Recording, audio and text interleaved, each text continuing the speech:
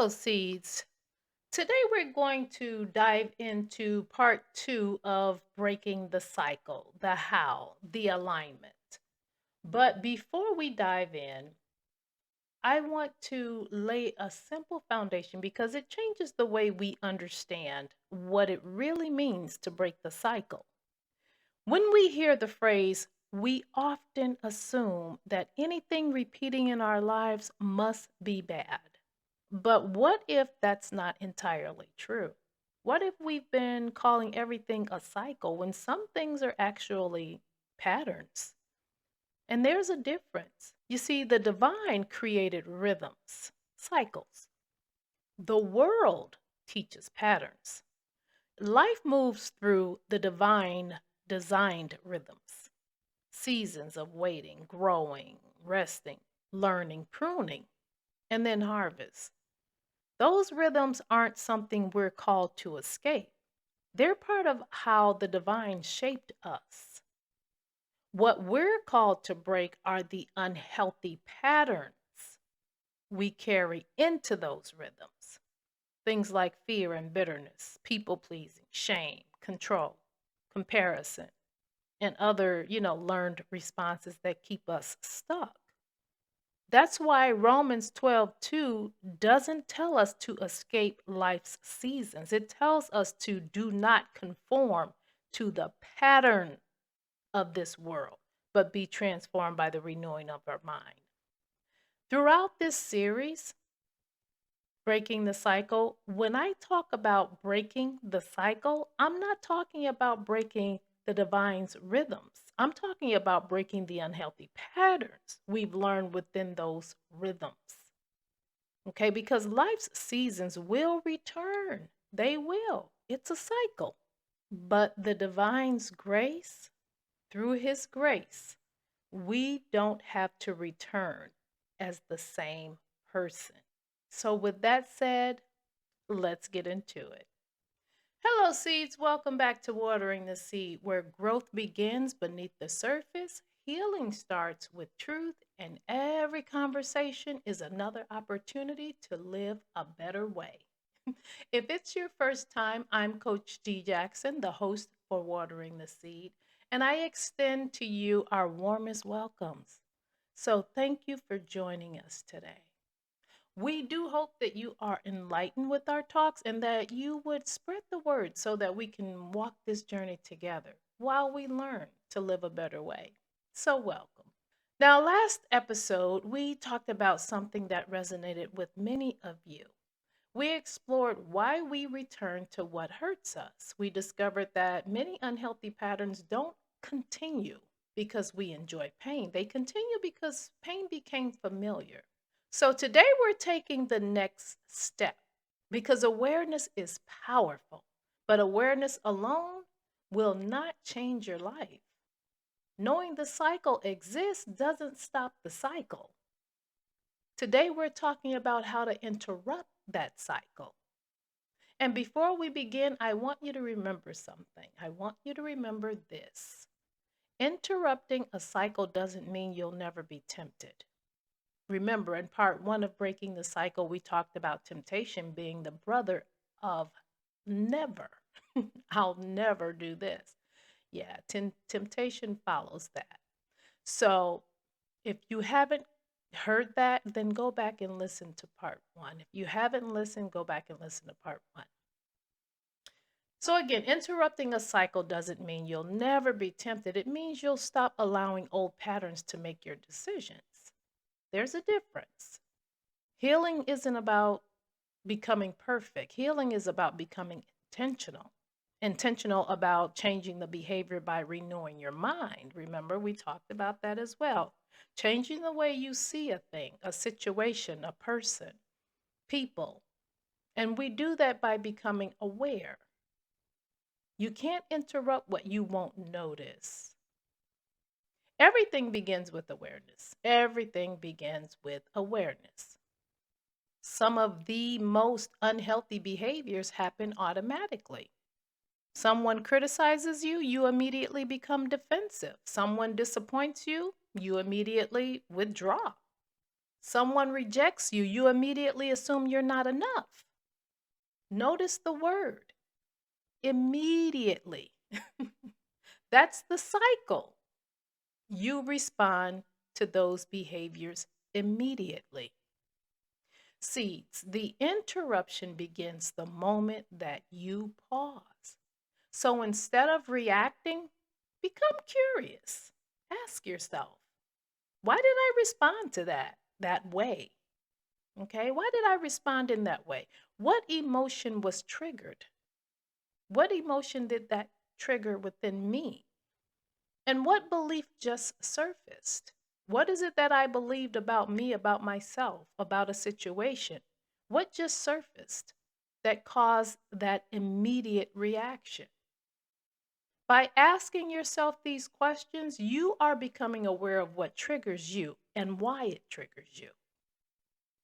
You see, the goal isn't to judge yourself. Remember, we don't judge, okay? We're growing here, we're learning. It's a journey. We don't judge, okay? So the goal isn't to judge yourself, the goal is to understand yourself. Remember, awareness is not condemnation, it isn't, it's information. And this is where you begin to break the cycle, right? One of the greatest ways to weaken this cycle is to give it a name. We talk about naming things. So you need to give this a name. Instead of saying, that's just how I am, try saying, I've noticed that I seek approval when I feel rejected. Or I've noticed I shut people out whenever I'm hurt. Naming the pattern separates you from it, okay? You're not your behavior. You are not your behavior. You are observing your behavior. You're the observer of what you do. And whatever can be observed can be changed. That's the good news. I recall having a conversation recently, very recently, with a loved one. And in that conversation, they said something that felt accusatory, as if they were making an assumption in reference to me. And before I go any further into that, let me just say this. Let me be clear about something. Most of the time, if not all of the time, people don't see us the way we see ourselves. We are with ourselves, our innermost thoughts, our emotions 24/7, but others are not. Okay? We are our closest friend, right? Because we spend more time with ourselves than we do with anyone. So others are not privy to the things that we are privileged to and the information about ourselves that we have about ourselves. We are with ourselves, our innermost thoughts, our emotions 24/7. So when we present ourselves to people, family, peers, friends, coworkers, colleagues, whatever, we're presenting the part of us that they may be most comfortable with or not, depending on the day. We're presenting that to them. But that presentation tells them how to treat us, how to approach us, what we will and will not accept, and so on. For example, if you present yourself as a people pleaser, okay, let's just say people pleaser. If you present yourself as a people pleaser, someone without boundaries, then people will treat you as their resource, always coming to you for whatever before even attempting to do whatever themselves. We teach people how to treat us.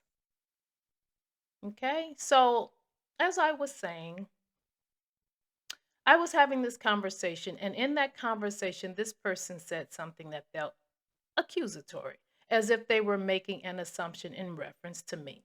Now, in my past life, I would have remained silent and let them because I was a people pleaser and I didn't want chaos. So I just went along to get along, you know, whatever. So I would have remained silent and let them speak their mind without even arguing about it, without confronting it, without anything. Just let them. So, let them dump on me. let them think what they wanted or believe what they wanted. And I said nothing. Today is a little different. Today is a lot different. I still let people think what they want to think about me because I have no control over how people think or feel about me. But I do have control over how I receive and perceive what they're saying about me. So unless it's brought to me, then it's not about me, it's about them. They're trying to project who they are onto me. They're not being honest with themselves about who they are and how they operate or show up in this world. So if this is you, if you're having this experience, know that it's not about you. It's about them. It's about them. Yeah. I'm feeling like this needs to be a whole other episode right now. I keep deviating from, you know, my subject. I keep deviating because there's so many bells and whistles going off in my head as I talk about this. Yeah. I think I'm going to do that. Yeah, a framework on how to respond. Yeah. Yeah, look for that. Look for that. I'll put that together and post it as a bonus episode to this series because I think that I probably should go a little deeper into that because, I keep deviating. So there's something to that. So, yeah, I think that I'm feeling a pull to go in that direction. So I think I'm going to do a bonus episode to this three-part series on breaking the cycle. So look for that, and I'll talk more about it later. Now, when I felt the accusation was being directed towards me, my first reaction was to ask if they were referring to me. Now, this was my emotional discernment kicking in. Antennas were up, baby. Antennas went up. And in my mind, I only had two choices. Either I ignore it, stay silent, or confront it immediately. But I didn't want to go back to my old cycle of being silent and just letting whatever it was just pass me by or go over my head or whatever. Yeah. So I decided to confront it immediately, right? There's that word again, immediately. Remember that word. Remember that word immediately because that's the cycle. When you immediately feel the need to respond, that's that cycle. But I didn't immediately respond. I paused. And I asked the question instead, well, are you referring to me? And it may sound like I was on the defense, but no. My first response was to clarify what they were saying and where it was being directed before I respond to what was being said. Seeds. Sometimes our first interpretation isn't based on the present conversation, it's based on our past experiences. So if you've been unfairly blamed, okay, about something or misunderstood, criticized, or falsely accused in previous seasons of your life, your mind may become especially alert to anything that resembles those experiences. That doesn't mean your perception is wrong. Absolutely not. It means it's worth pausing long enough to distinguish what's happening now from what happened before. That's it. And that's not ignoring your instincts, it's refining your instincts. Your discernment will ask you what's true in this moment, and it should. That's what it should do. So exercise your discernment. Discernment asks what is true in this moment. Wisdom, that waits long enough to find the answer. Your wisdom waits long enough to find the answer. So exercise these things. Discernment asks what's true in this moment. What about what this person is saying or speaking to me or speaking out loud, not necessarily directing it towards you, but if you feel like they are, then you ask yourself, What's true in this moment? And then let the wisdom kick in. Wait for the wisdom. Wait for the wisdom long enough to find the answer. You know, there is a scripture that comes to mind when I think about this. Everyone should be quick to listen, slow to speak, and slow to become angry. And I want to say that's in the book of James. But notice the order. Notice the order. Yeah, it's the book of James. It's in the book of James, the first chapter. Everyone should be quick to listen, slow to speak, and slow to become angry. Yeah. But notice the order. Listen first, speak second, react last. Responding this way in this order will diffuse a lot of misunderstandings and prevent arguments. Okay? It will prevent arguments. Let's get back on track. I just keep deviating from this. Yeah, yeah. Because I went way off course, but it was very necessary. I just felt that it was necessary for me to say those things. So, anyway, I'm going to go deeper with that. So, look for a bonus episode for this series. I'll have a title for it when I post part 3 of Breaking the Cycle. Because, yeah. But anyway, that was that was about naming the pattern. Okay, so I got a little bit off track, but that was about naming the pattern. And the name I give it is perspective, right? We're talking about naming the pattern. So the name that I give this pattern is perspective. It was my emotional discernment. When you name the pattern, your pattern, you can separate from it. You can separate yourself from it. You're not your behavior. You're observing your behavior. And whatever can be observed can be changed. So interrupt the story before it becomes the decision. That's all. Now, this may be the most important lesson for today because every unhealthy action begins with a story, right? And the story may sound like, I'll probably fail, whatever. I'll probably fail.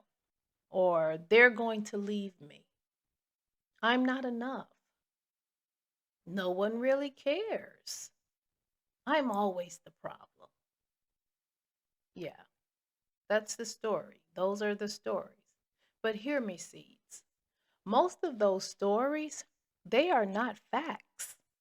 They're not facts. They're interpretations. So they can be interrupted. So interrupt the story. How do you do that? Well, you ask yourself, what evidence do I actually have to support these stories? Is this truth or is this an old wound talking? Ask yourself that. What evidence do you have to support that you'll probably fail, that this person or that person is going to leave you, or you're not enough? Nobody really cares. You're always the problem. What evidence do you have to actually support that? And ask yourself, is this the truth? Or is this an old wound talking? Is this something that happened to me in the past that I'm bringing into my future? Ask yourself. Interrupt the story, the thought. Not every thought deserves your agreement. Stop agreeing with this stuff, with these things that pop up in your mind. Changing the mindset, okay? Not every thought deserves your agreement, so replace the response. And this is where many people struggle, unfortunately. This is where most of us struggle. They stop the unhealthy behavior, but they never replace it. You gotta replace it. And let me tell you, nature doesn't like empty spaces, and neither does your mind. Okay? Uh-uh. No empty spaces. You have to fill those voids. If you stop people pleasing, then replace it with healthy boundaries.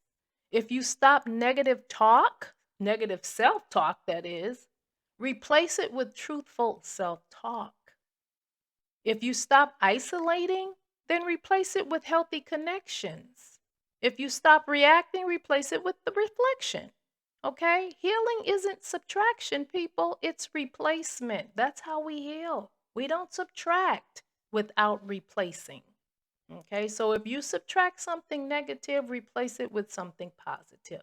That's it. That's all. Yeah. Create small interruptions. Many people think transformation requires one giant decision. It doesn't. It usually doesn't. It requires hundreds of itty bitty tiny ones. Itty bitty tiny ones. So pause before responding, pray before assuming, breathe before reacting. Sleep on the decision. You don't have to make the decision right away. Sleep on it. Give it some thought. Walk away from that argument. Choose silence instead of proving your point. I've noticed that this is a real struggle today in our society, in today's society. This is a real struggle for people to choose silence instead of trying to prove their point. They're needing to prove their point or to be right. But listen, save yourself. Save yourself. If it's not a matter of life over death, then choose silence. It's okay. One interruption may seem insignificant, but repeated interruptions, a pause, a pray, a breath, sleeping on it, walking away, interruptions create new direction. You're able to see things a little more clearly and make better decisions on how to handle that situation or that circumstance. Yeah, interruptions create new direction. Let's go to scripture. Romans 12:2. Romans 12:2, it reminds us, be transformed by the renewing of your mind. And I talk about this scripture often because living a better way requires changing your mindset. I can't say it enough. Living a better way requires changing your mindset. Be transformed by the renewing of your mind. Now, notice the divine teacher, okay, doesn't ask us to pretend the past never happened. That's not what this scripture is asking us to do. It asks us, or he asks us, to stop allowing it to control the present, our present. Your history may explain your doubts, your worries, your uncertainties, but the divine's truth defines your future. Let the divine's truth become louder than your history, because that's alignment. When the truth becomes louder than your past experiences, your decisions begin changing naturally. But understand this, seeds, it's a process. So give yourself permission and time to grow. It's okay. Give yourself permission to grow slowly. Because here is where many people quit. They interrupt the cycle once, then fail the next day. And they think, I guess I haven't changed. But no, that's not it. That's not it. Seeds. Growth isn't measured by perfection because none of us are perfect. That's why we have these podcasts. That's why we have to have these conversations because none of us are perfect. There's no such thing. Growth isn't measured by perfection. Growth is measured by recovery. How quickly do you recognize the pattern now? How quickly do you apologize? How quickly do you return to peace? How quickly do you choose differently? Yeah, that's growth. That is growth. Let me ask you a few questions, and I want you to reflect on these questions, during the week, okay? Reflect on these questions.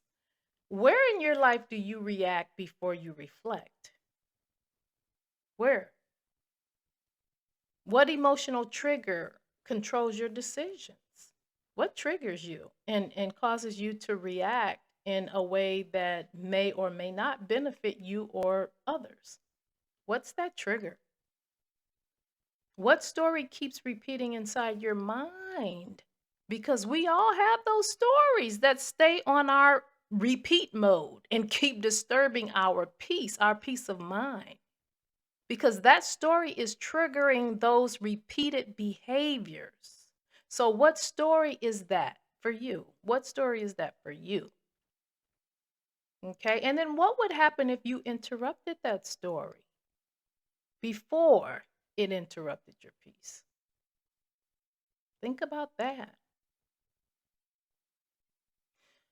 Seeds, I want you to reflect on these questions this week and be honest with yourself because this is about you, your healing. See, to remember, every cycle was once someone's first decision. Every cycle was once someone's first decision. That cycle started out as an initial decision, whether it was yours or one that was imposed upon you. It was a first decision, which means every broken cycle also begins with one decision, a decision. One pause, one prayer, one boundary, one honest thought, one courageous choice. Don't underestimate small interruptions. Don't underestimate them. They make big impacts. They become transformed lives. Yeah. Listen, thank you for spending this time with me today. If today's conversation challenged you, and I hope that it did, share it with someone who's trying to break patterns they've carried for years. Because healing doesn't happen alone, it grows in community, our community, the seed community. If you haven't signed up for our free membership, go to our website at WTSEmpower.com and sign up for the free membership. Yeah, join the seed community, join the community, and get these podcasts before they post to social media. And if you like to read, visit our blog page. I'm sure you'll enjoy it. But before we leave, I just want to leave you with one final thought: breaking a cycle. Breaking a cycle isn't the same thing as building a new life. Imagine clearing weeds from a garden. The weeds are gone, but if you never plant anything new, the weeds will simply return. That's exactly how unhealthy patterns work. Many people spend their lives trying to stop old behaviors without ever building new ones. So those behaviors tend to come back. And that's where so many people get discouraged because freedom isn't found in what you stop doing. Freedom is found in what you begin to become, what you begin becoming. Okay, next time in the final episode of our Breaking the Cycle series, we're going to explore building new emotional pathways, the better way. We'll talk about how new habits are formed and how peace becomes familiar, how healthy relationships stop feeling boring and start feeling like home again, how your mind, your heart, and spirit begin working together instead of against each other, because that's important. We find ourselves battling with ourselves more than anybody, and that impacts our outward relationships, how we show up in the world, how we show up in other people's lives. Yeah, here's the truth. I want to leave you with this today. You don't just break cycles, you build legacies. Every healthy choice you make today becomes a seed someone else may never have to struggle to plant tomorrow. And that's what this series is about: awareness, alignment, and action. Not just learn it, but actually live it. Awareness says I see the cycle. Alignment says I choose the divine's truth over the cycle. And action says I practice the new path until it becomes my new normal. Okay? Seeds, I love you. And until next time, keep watering the seed because every intentional choice plants tomorrow's harvest so that we live a better way. Bye for now.